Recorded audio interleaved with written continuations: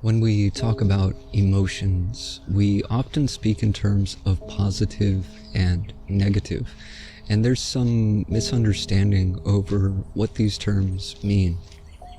Typically, these terms are interpreted as judgments, synonymous with good and bad. And so when we say that something is negative, we tend to mean that it's bad, that there's something inherently wrong with it, that it's unacceptable. But the way that I've come to understand this terminology is a bit different, and it really has nothing at all to do with judgment. It has nothing to do with good or bad. The word negative, if you look at the root of it, essentially means to deny, to refuse, to reject, or to resist. So when it comes to thoughts and emotions, we could say that negative refers to some form of resistance, and therefore what we would call positive would refer to some form of acceptance. And so these terms, positive and negative, in this understanding, simply refer to acceptance and resistance. When we begin to observe our emotions closely, not with judgment, but simply with observation, we come to find that whatever we feel at any given moment is either a feeling of resistance or acceptance, and there's no need to make any judgment about it. It's just a matter of observation. So what exactly do we mean by acceptance and resistance? Acceptance simply means to allow whatever is to be. It means that we're unattached to it. It's an openness which simply allows a space for experiences to come and go, to arise and subside. Resistance, on the other hand, is essentially non-acceptance. It's an unwillingness to accept what is. Psychologically, we're pushing against the situation, refusing it, denying it. And when there is resistance, there is suffering. Suffering is simply the natural consequence of resistance, or we could even say that resistance is suffering. Not that suffering arises out of resistance, but that they are essentially one and the same, or that they arise simultaneously. So whenever we are in resistance, we suffer. This is all very simple to understand. Resistance simply means that you refuse to accept reality as it is. So whatever the situation, your thoughts about it, your desires are in opposition to it. So there's a contradiction between what you desire and the actual reality of the situation. If I want something to be a certain way and I'm very attached to it being that way, if reality doesn't match up with my desire or expectation, then naturally there's going to be some degree of suffering, because the suffering itself is resistance to reality. Now the question is this bad? Is it bad to suffer? Is it bad to have negative thoughts and emotions? For many of us, the answer is yes. Most would say that these things are bad. But I think we really need to have some understanding of what it means to judge something as bad. When we talk about good and bad, what we're really talking about is pleasant and unpleasant. So anything that is pleasant we call good, and anything unpleasant we call bad. And I think that most everyone would agree that suffering is unpleasant, and so we tend to consider it as something which is bad. And what we consider bad, we tend to resist. We try to push it away or escape it. We try to somehow get rid of it, to get away from it. Or we bury it, we suppress it. We try to distract ourselves from it as if it isn't there. We don't want to have anything to do with it because it's uncomfortable or unpleasant. So this labeling something as bad is not merely the recognition that it's unpleasant. It also carries with it a great deal of resistance. So as soon as we judge something as bad, we're in resistance to it. We're trying to get rid of it, to push it away or escape from it. So when we judge certain emotions as bad, what this means is that we're in resistance to them. And as I explained before, the term negative itself really just means resistance. So to confuse the term negative as a judgment, to interpret the term negative as meaning something which is bad, means that we're in resistance to it. So the emotion itself is some form of resistance, and the judgment is also a form of resistance. So when we judge our emotions as bad, we're essentially adding more resistance to the resistance that is already being experienced. And if resistance is suffering, then all we're doing is increasing our suffering. You might even catch yourself judging the judgment, that it's bad to judge, which just means even more resistance. And before you know it, you're caught in a loop of negativity, this ever-increasing surge of resistance. And how do you get out of that? Well, you just drop all the resistance altogether. But how do you do that? When we're experiencing some negative emotion, which simply means some form of resistance, how do we shift from resistance to acceptance? Do we deny the emotion? Do we suppress it? Do we run away from it?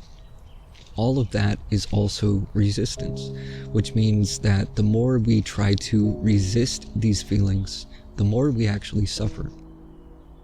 So the first thing is to accept the emotion, to simply allow it to be there. Rather than trying to push it away or suppress it or distract from it, can we simply allow that emotion to be there without resisting it? So whatever it is, sadness, anger, fear, anxiety, to simply allow it to be there in that space. Can we accept this feeling? Can we simply allow it to arise? Can we just sit with it and experience it? Can we simply observe it without any sort of judgment? And can we also observe how we might be resisting it? How psychologically we're trying to push the feeling away or to bury it or distract ourselves from it? Can we just notice this and then gently release that resistance? We need to be able to recognize that all emotions, whether we call them positive or negative, are just passing phenomena that come and go, that arise and subside. And to be in a space of acceptance means that we're neither resisting them nor attached to them. We're not pushing them away, and we're not holding on to them. We're just allowing them to come and go. So can we come to observe our emotions in this way? Can we simply notice them arising in us, arising in that space of awareness? And can we just sit with them, watching, noticing, observing? When we're able to simply observe our emotions in this way, unattached and not resisting them, not judging them in any way, we come to understand them more deeply. It can often seem that the emotion is inexplicable and spontaneous, that it just arises out of seemingly nowhere, or it may seem that it's entirely dependent upon external factors, that something is happening outside of us which is the cause of this emotion. So we often say that this thing or that thing, this event or experience makes us happy or sad or frustrated or angry or whatever the emotion happens to be. So it would seem that in some sense the emotion is the result of some external factor, which means of course that we have no control whatsoever how we feel. Our emotions are constantly controlled and manipulated by whatever is taking place outside of us. And this also includes other people. This means that other people have the power to control what we feel. And as long as they have that power, they can manipulate us in so many ways. We become essentially slaves to others. We depend on them to make us feel happy, but more often than not, they disappoint us. And so most of the time we actually feel miserable. Most of the time we feel as if we have no control at all over how we feel. And so we may feel hopeless and helpless. But as we come to observe our emotions more closely, we come to find that this isn't quite the way it actually is. Our emotions are often a reaction to external factors, but those factors are not the cause of it. If someone insults us, it seems to be a very automatic reaction that we become upset. We even have this metaphor to say that someone is pushing our buttons, which means in regard to how we feel, they have all the control. If they want us to get upset, all they have to do is push the right button. and we are powerless to do anything other than to react in exactly the way that this button is programmed to react.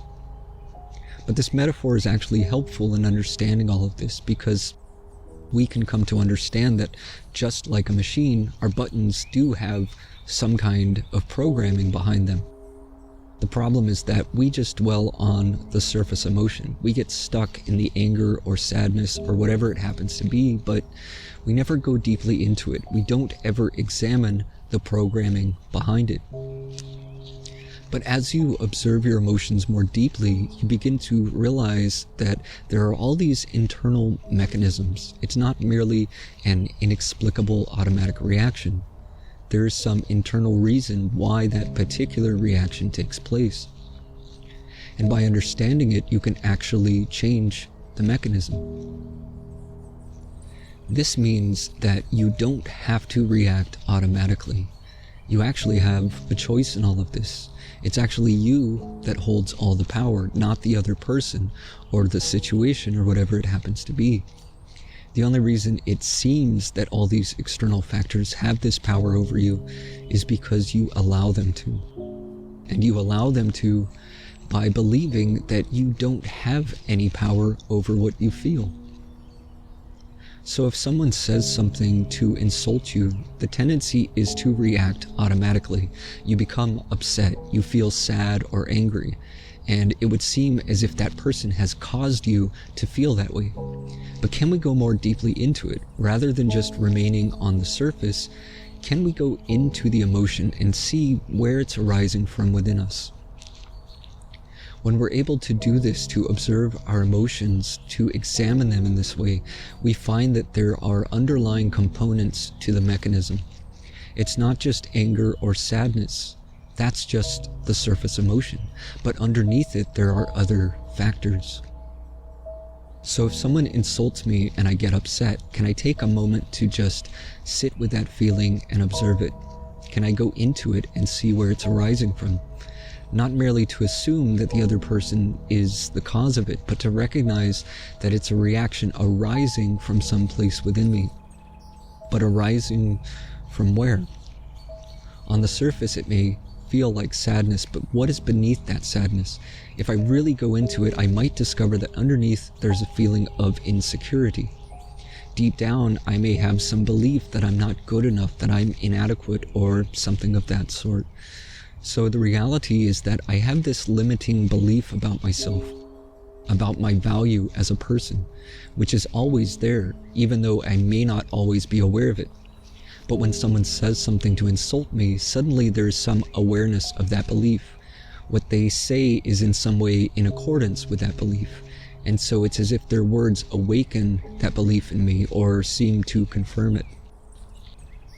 What they say seems to remind me of what I already believe about myself. So it's not as if they're actually causing me to feel insecure. I already feel insecure. It's simply that their words have, in that moment, made me more aware of my own insecurity. So when we come to realize all of this, we can then own our emotions. We can recognize that our emotional reactions are entirely our own. And whatever insecurity we might feel, that is also our own. No one else is causing that. It's our own thoughts and beliefs which are the cause of it. And so in order to resolve it, we have to also bring awareness to these thoughts and beliefs, and to recognize that they are in fact beliefs, which means that they may not actually be true.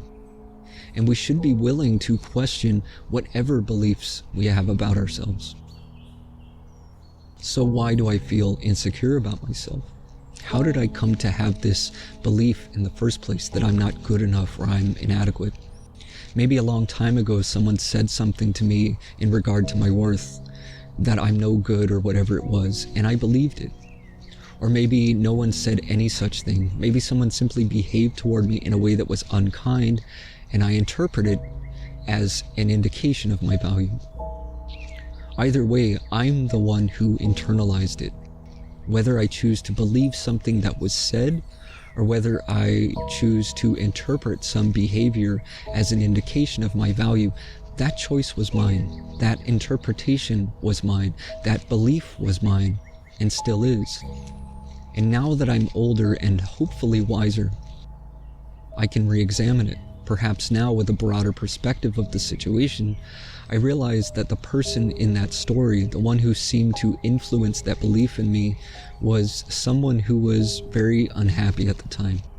And so I realized that they were speaking or behaving from a place of frustration or unhappiness or some other internal disturbance, which means that their words or behavior was really more a reflection of their own internal disturbance rather than an indication of my value as a person.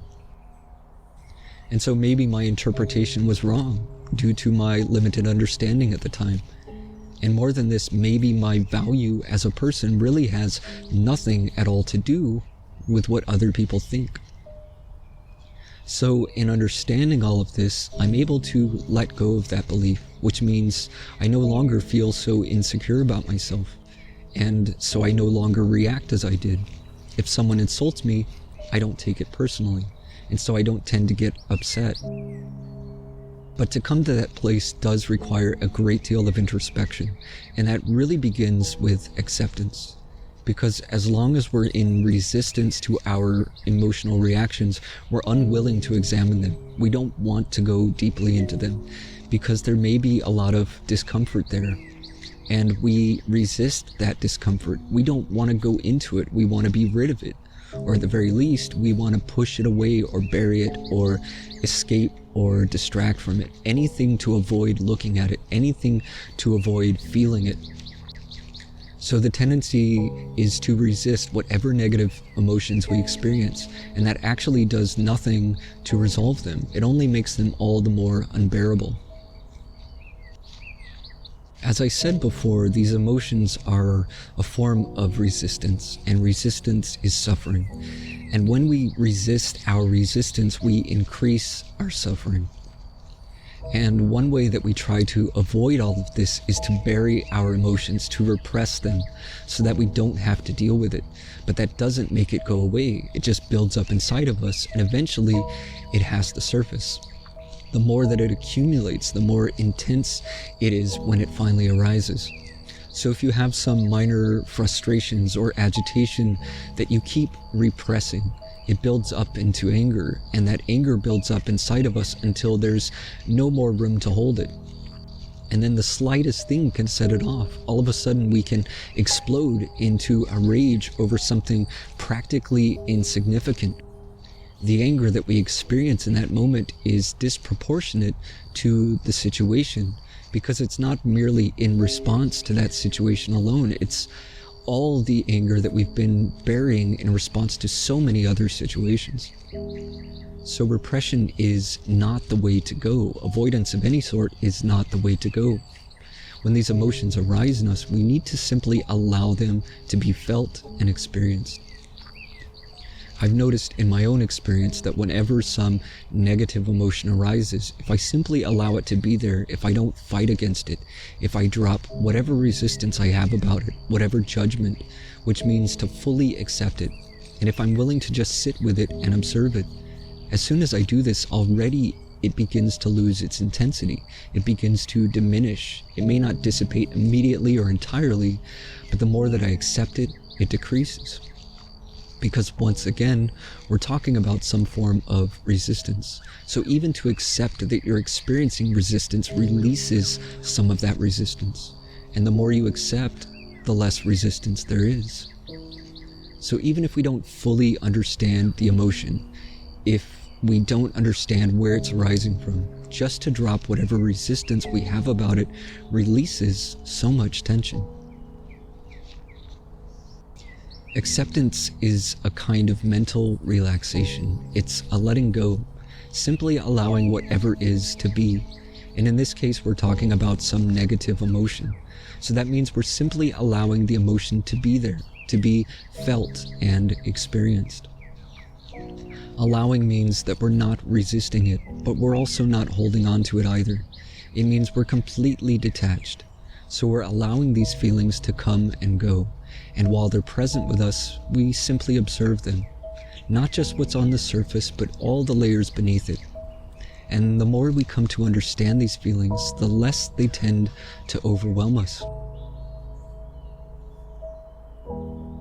Treat these negative feelings like guests. Allow them to come and visit you, but don't invite them to stay. Let them come and let them go, all the while remaining unattached. And when they come to visit, treat them with kindness and compassion. Sit with them and listen to whatever it is they're trying to communicate.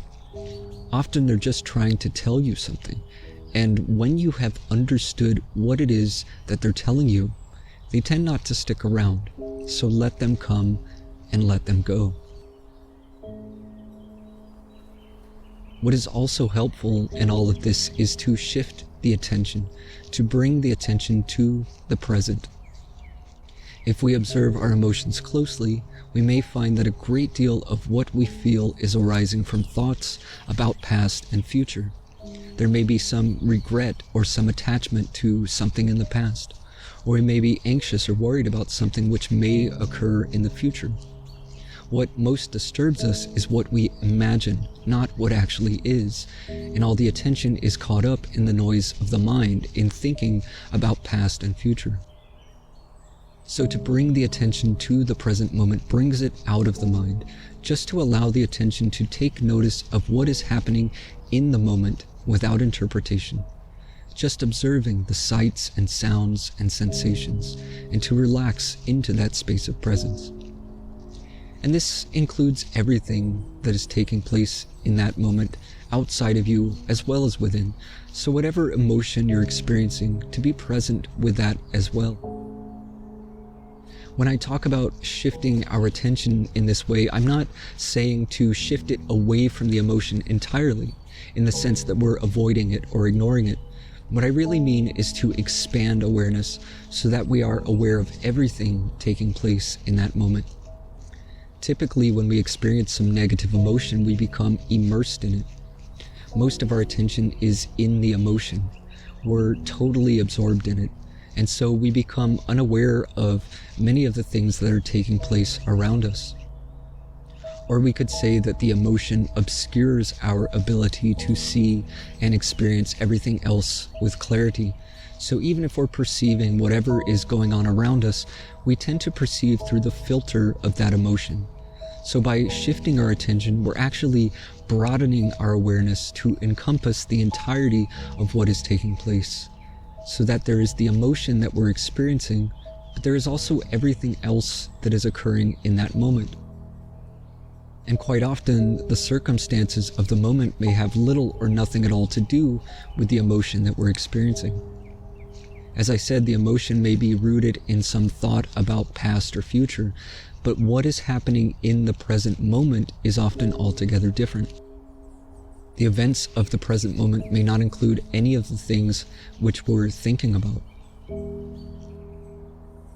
I've found myself many times caught up in the mental turmoil of some negative emotion, and as soon as I begin to shift my attention to what is going on around me, I realize that the situation itself is actually quite pleasant.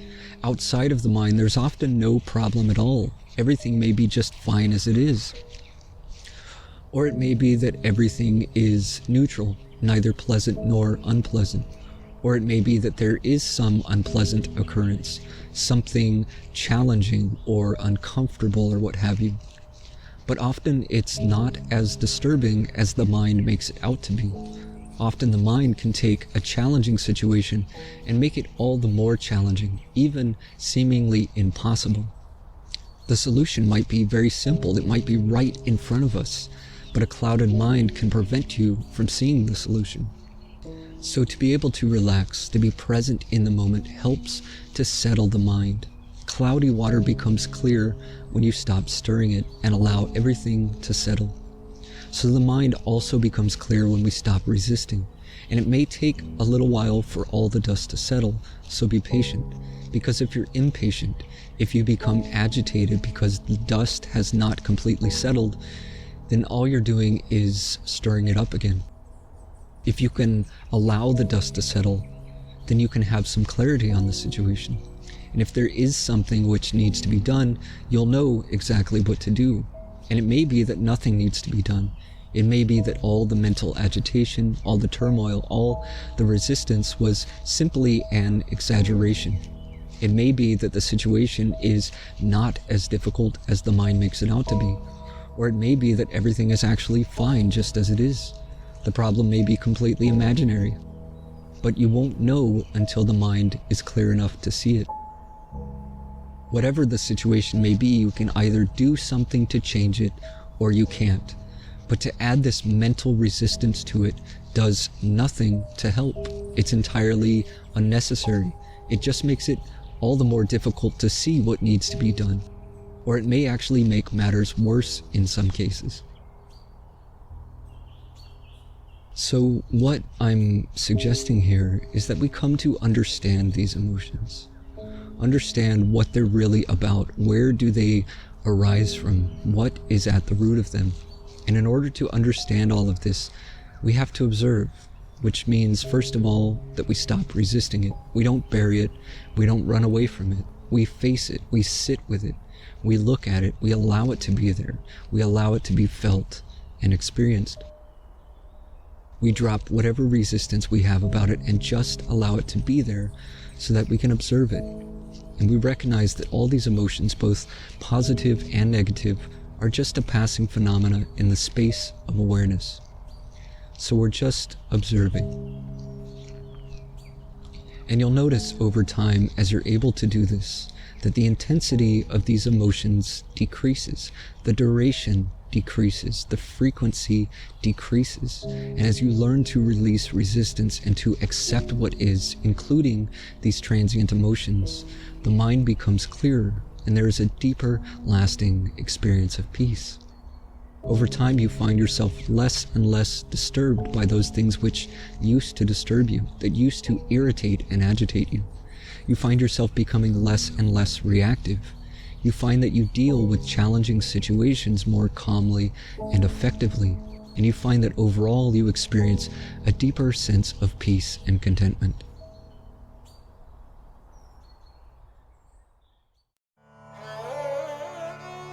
If you find value in this content, be sure to like, share, and subscribe.